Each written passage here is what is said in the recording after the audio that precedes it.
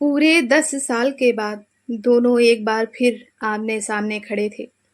लखनऊ में एक shopping mall में यूं अचानक मिलने पर हतप्रभ से एक दूसरे को देख रहे थे। मयंक ने ही अपने को संयत कर धीरे से पूछा, कैसी हो माही? वही प्यार में पगा हुआ स्वर। कोई दिखावा नहीं, कोई शिकायत नहीं। माही के चेहरे पर कुछ दर्द की लकीरें उभरने लगीं, जिन्हें उसने यत्न से संभालने की नाकाम कोशिश की और हंसने की चेष्टा करती हुई बोली, तुम कैसे हो मयंक? मयंक ने ध्यान से देखा उसे। वही 10 साल पहले वाला सलोना सा चेहरा है, पर जाने क्यों स्वभाव पहले सा नहीं है।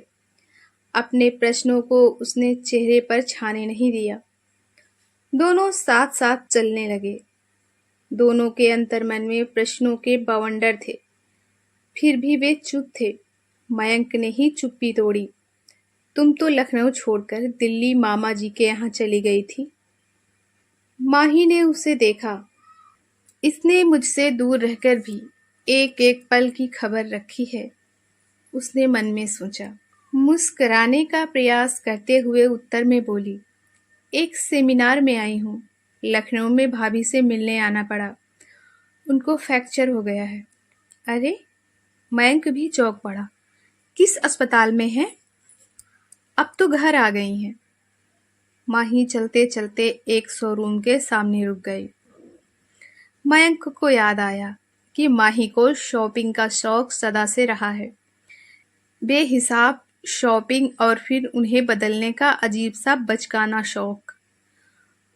यह सब मयंक को बहुधा परेशान कर दिया करता था। पर इस समय वह चुप रहा। माही अधिक देर वहां नहीं रुकी। बोली, पिंकी कैसी है? विवाह हो गया है उसका। अब 1 साल की बेटी भी है उसके। माही मुस्कुरा दी, पर उसकी मुस्कुराहट में अब वह तीखापन नहीं था। मयंक बार बार यही सोच रहा था, यह बदलाव कैसे हुआ है इसमें? हुआ भी है या उसका भ्रम है? या मयंक को आवश्यक कार्य से जाना था। उसने कुछ कहना चाहा।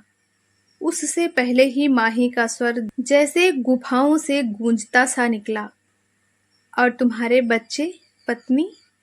मयंक ठहर गया।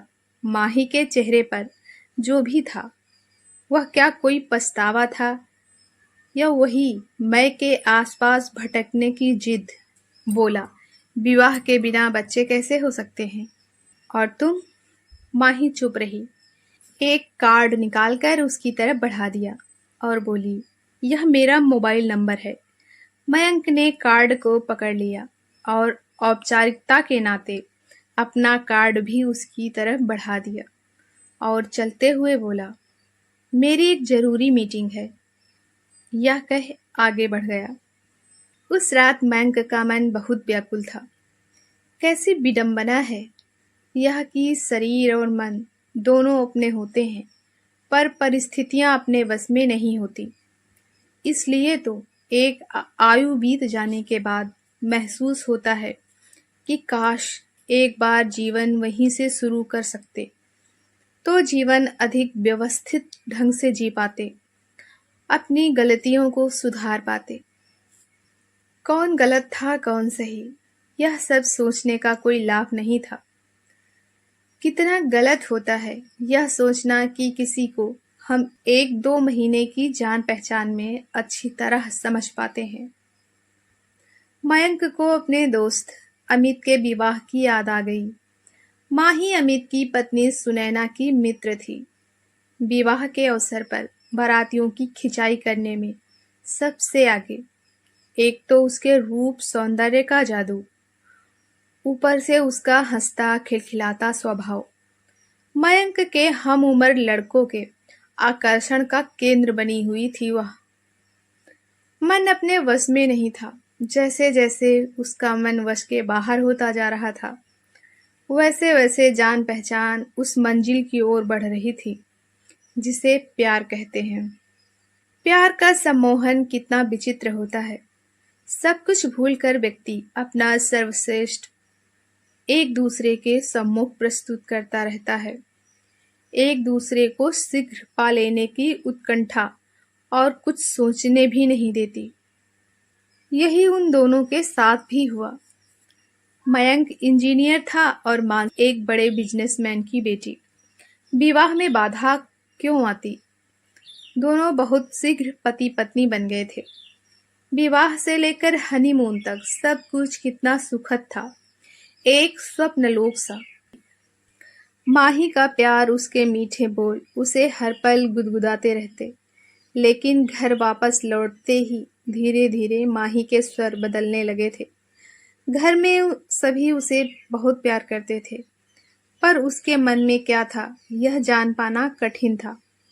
उसने एक दिन कहा था, तुम्हारे यहाँ तो बहुत सारे लोग इन 4 कमरे के घर में रहते हैं, इतने छोटे से घर में मेरा दम घुटता है। हमारा कितना बड़ा घर था, आप तो जानते हो। मयंक चौंक पड़ा। यह स्वर उसकी प्रेयसी का नहीं हो सकता। फिर भी मन को संयत रखकर बोला, बहुत सारे कैसे?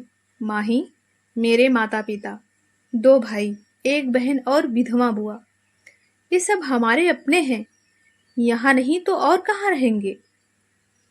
तुम इंजीनियर हो, इमारतें बनाते हो, अपने लिए एक घर नहीं बनवा सकते? कहा तो वह स्तब्ध रह गया। यह कैसी बात कर रही हो माही? पापा ने पढ़ा लिखा कर मुझे इस योग्य बनाया कि मैं उनके सुख दुख में काम आऊं, और तुम काम आने की जगह अलग घर बसा लेने की बात कह रही हो।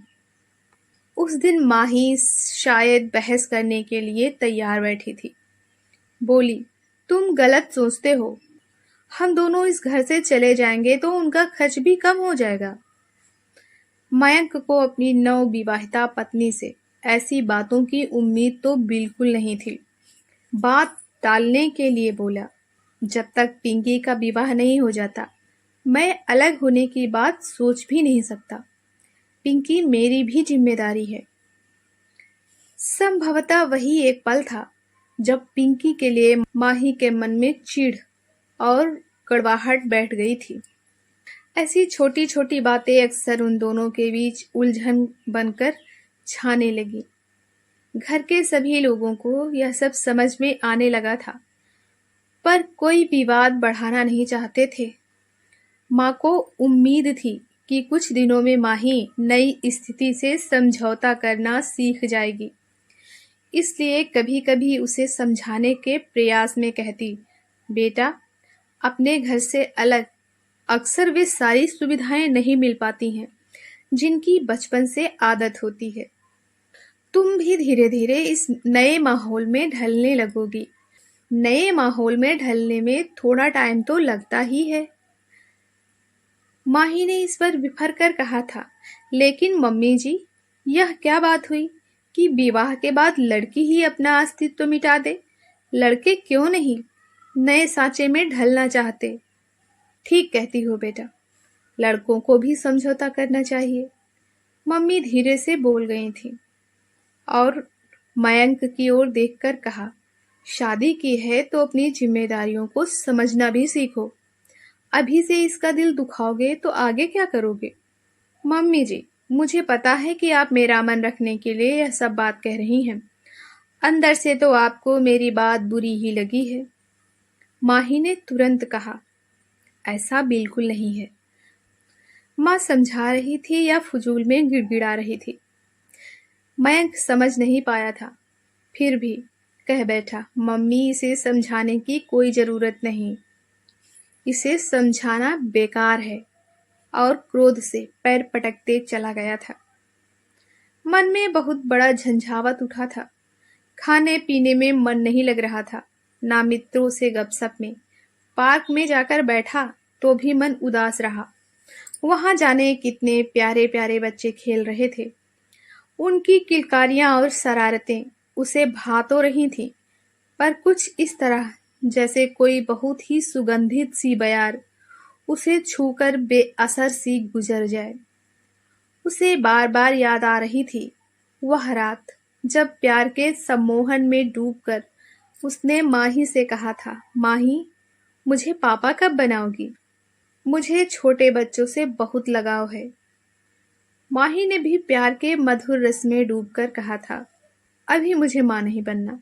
क्यों? अभी मेरी उम्र ही क्या है? माही इतराकर बोली थी।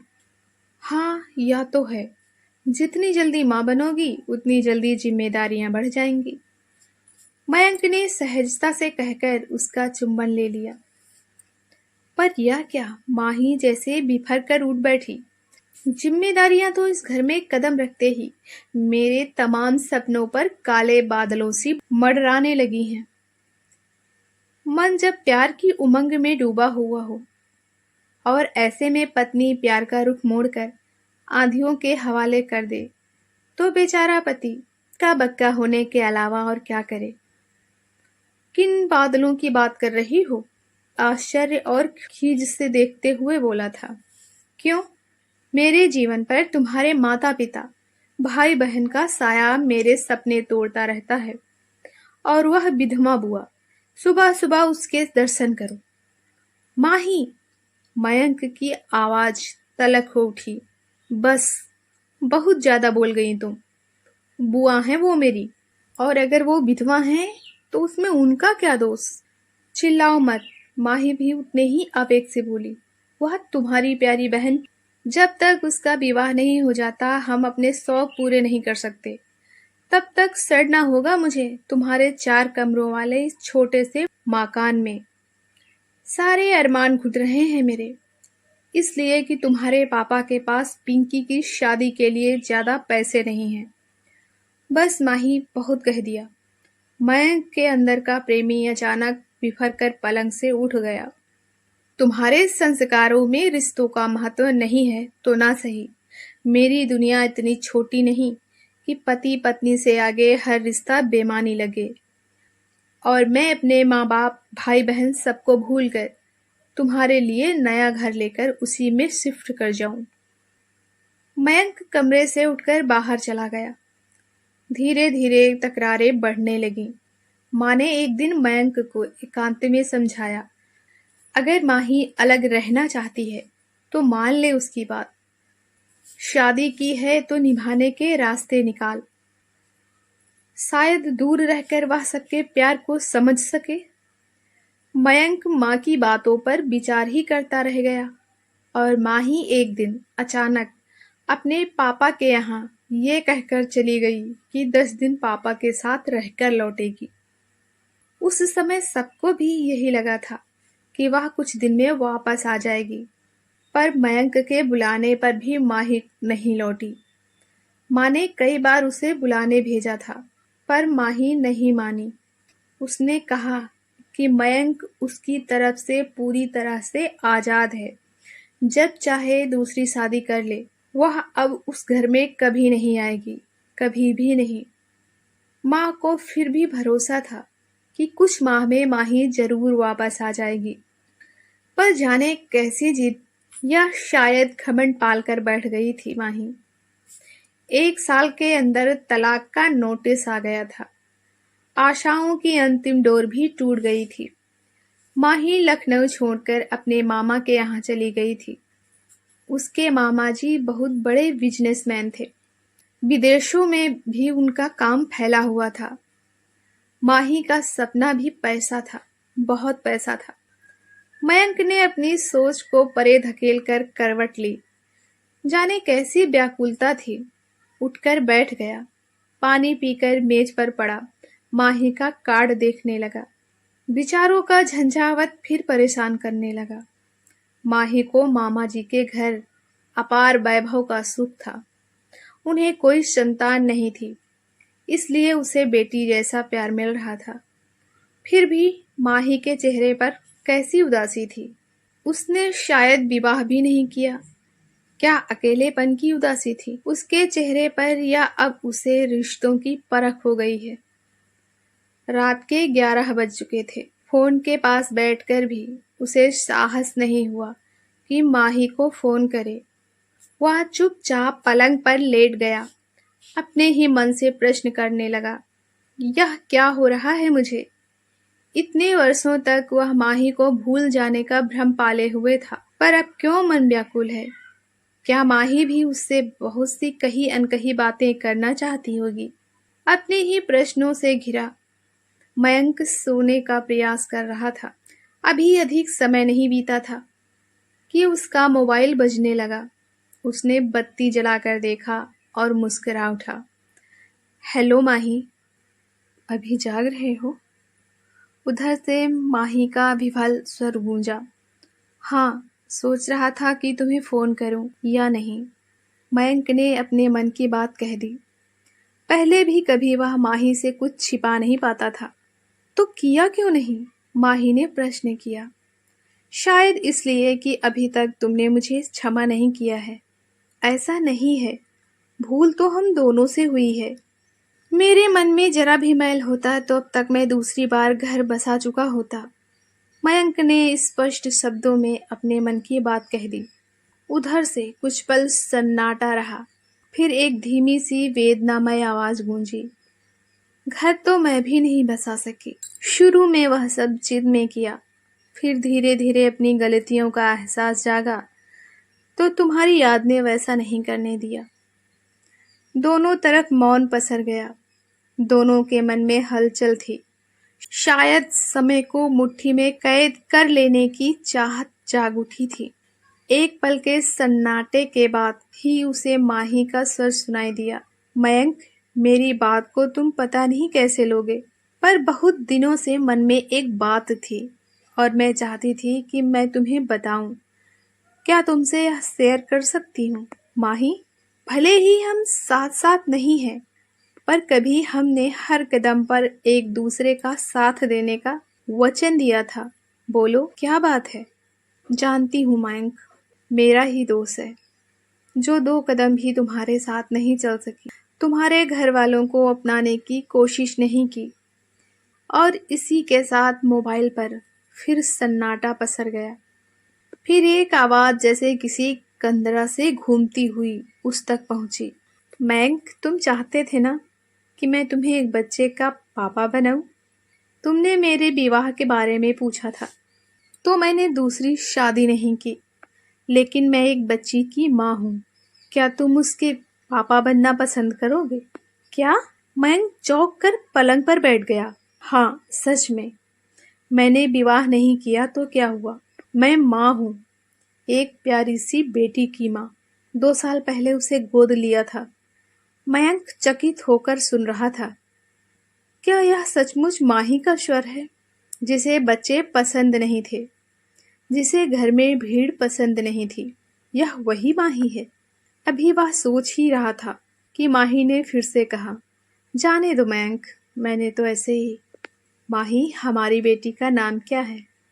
मयंक बोला तो माही का स्वर खुशी से लहराता हुआ आया। श्रद्धा। माही को उसका यह सपना भी याद था। हनीमून पर उसने कहा था, माही, जब कभी हमें बेटी होगी उसका नाम हम श्रद्धा रखेंगे। वह भाव विभोर होकर उठा और बोला, थैंक्स माही, मैं अभी तुम्हारे पास पहुंच रहा हूँ। इतनी रात में? माही का सर उसने अनसुना करते हुए कहा, अब और कुछ नहीं। पहले ही जीवन के बहुत सारे पल हमने गवा दिए हैं। अब अपने जीवन में